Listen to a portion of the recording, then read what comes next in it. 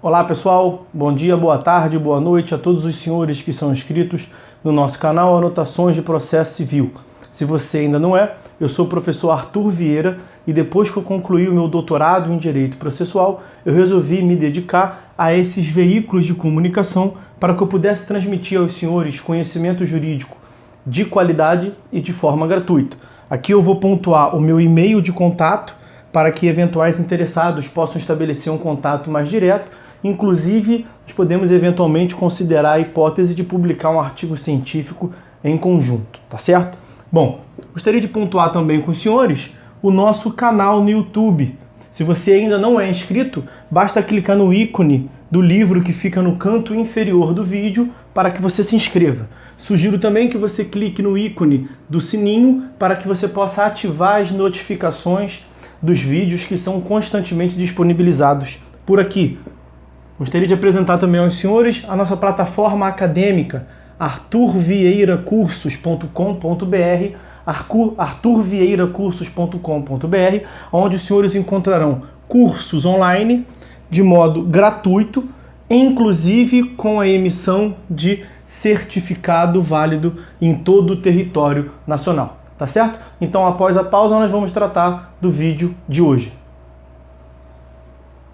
Então, meus amigos, no vídeo de hoje nós daremos prosseguimento à análise do nosso livro Anotações de Processo Civil.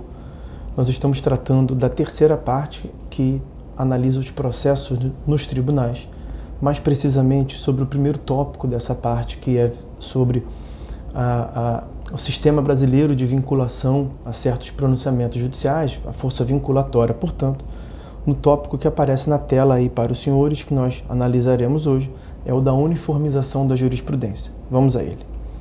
No CPC de 73, a uniformização de jurisprudência era disciplinada como incidente, com o objetivo de evitar a desarmonia da interpretação de teses jurídicas, uniformizando assim a jurisprudência interna dos tribunais. Hoje, diversos outros mecanismos cumprem também esse papel, muitos deles engendrados ainda sob a égide do Código anterior. A uniformização de jurisprudência como incidente não foi disciplinada no Código de Processo Civil de 2015, mas a ideia de que se deva manter a jurisprudência uniforme, segura, como indicativo eficiente da interpretação do direito e da conduta que se deva esperar da sociedade, passa a ser uma meta a ser alcançada pelo sistema processual todo. Devem ser absolutamente evitados os casos de súbita alteração de entendimento nos tribunais, bem como as situações de conclusões completamente distintas para casos idênticos, por vezes em uma mesma e única sessão de julgamento.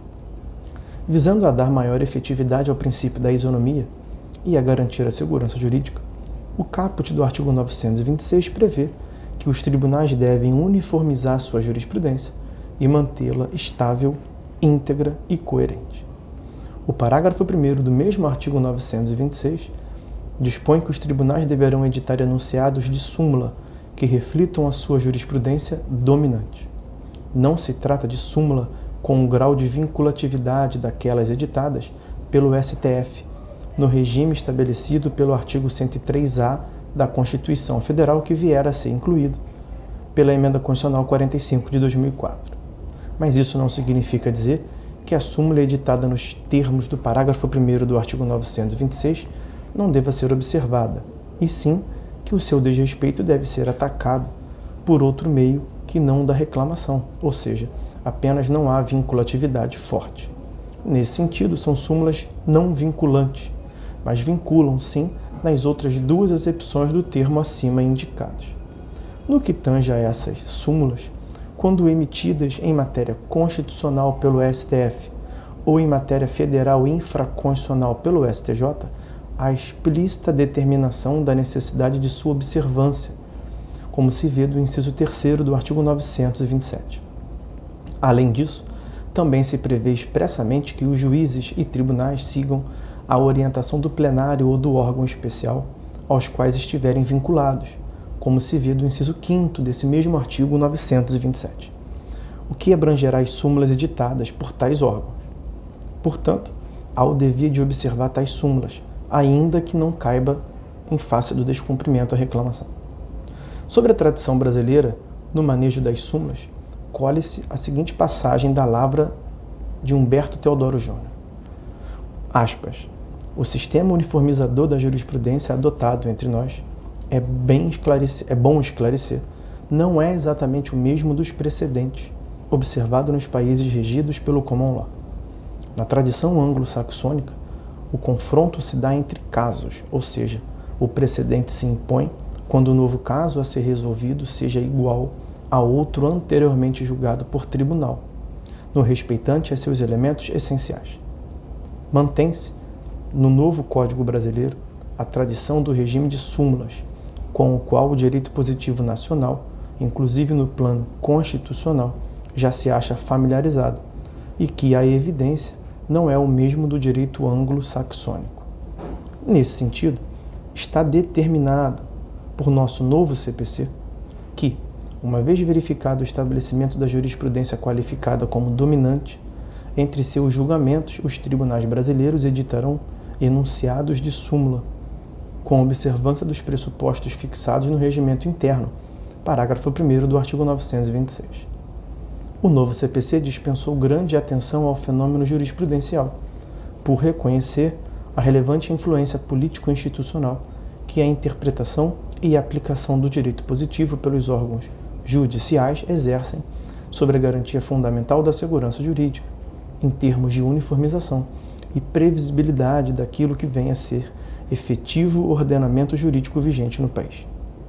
Entretanto, para que essa função seja efetivamente desempenhada, a primeira condição exigível é que os tribunais velem pela coerência interna de seus pronunciamentos. Por isso, o novo CPC dedica tratamento especial ao problema da valorização da jurisprudência, dispondo, em primeiro lugar, que os tribunais devem uniformizar sua jurisprudência e mantê-la estável, íntegra e coerente a teor do caput do artigo 926. A referência bibliográfica à obra que eu consultei aparece aqui agora para os senhores e também ao final da página, quando a tela for subindo, lá na nota de rodapé de número 413. Ainda sobre as súmulas, eu trago aí uma outra referência bibliográfica. A súmula no direito brasileiro foi pensada para expressar a interpretação dos tribunais e compreendida como um mecanismo de facilitação da resolução de casos que se repetem. É certo que a súmula, para tentar garantir a igualdade perante o direito e a segurança jurídica, não deve fugir do contexto fático dos casos que lhe deram origem. Nesse sentido, a norma afirma que, ao editar enunciados de súmula, os tribunais devem ater-se às circunstâncias fáticas dos precedentes que motivaram sua criação. A previsão do CPC tem explicação. Sem a busca da história que deu origem à súmula, jamais será possível tê-la como auxiliar do desenvolvimento do direito, já que não existirão critérios racionais capazes de permitir a conclusão de que determinada súmula pode, racionalmente, ter o seu alcance estendido ou restrito, distinguem-se, para permitir a solução do caso sob julgamento. Da mesma forma, enquanto enunciado geral e abstrato, não será possível dizer que os valores que estiverem à base dos precedentes que lhe deram origem foram superados, de modo a justificar sua revogação ou cancelamento. Não obstante, uma súmula jamais terá condições de expressar com precisão e adequação as circunstâncias de fato pertinentes aos casos. Isso pela simples razão de que a súmula supõe, antes de tudo, casos que apontam para uma mesma solução de direito, que, como é óbvio, podem ter vários contextos fáticos. Bem vistas as coisas, caso se imagine uma súmula que diga respeito a contextos fáticos similares, simplesmente se confirma o óbvio, o que pode garantir a unidade do direito, a segurança jurídica e a igualdade é o precedente obrigatório. A súmula continuará a ser recomendação, geralmente sequer considerada pela própria corte que a editou, no máximo capaz de persuadir acerca da interpretação das normas. A referência bibliográfica a essa citação direta aparece na tela aí agora para os senhores. E aí, por fim, o Código remete aos regimentos internos dos tribunais, a disciplina do procedimento e dos pressupostos para a edição de enunciados de súmula que reflitam a sua jurisprudência dominante, a teor do que consta no parágrafo 1º do artigo 926. Então, nós vamos fazer um corte no vídeo por aqui, meus amigos. Acabamos de analisar a ideia de uniformização da jurisprudência, a primeira exigência que consta do caput do artigo 926. No próximo vídeo, continuaremos analisando esse artigo 926 por suas outras exigências, que são essas que aparecem na tela agora aí para os senhores: a estabilidade, a integridade e a coerência. Vamos ficando por aqui, então por hora é só. Fiquem todos com Deus e até uma próxima.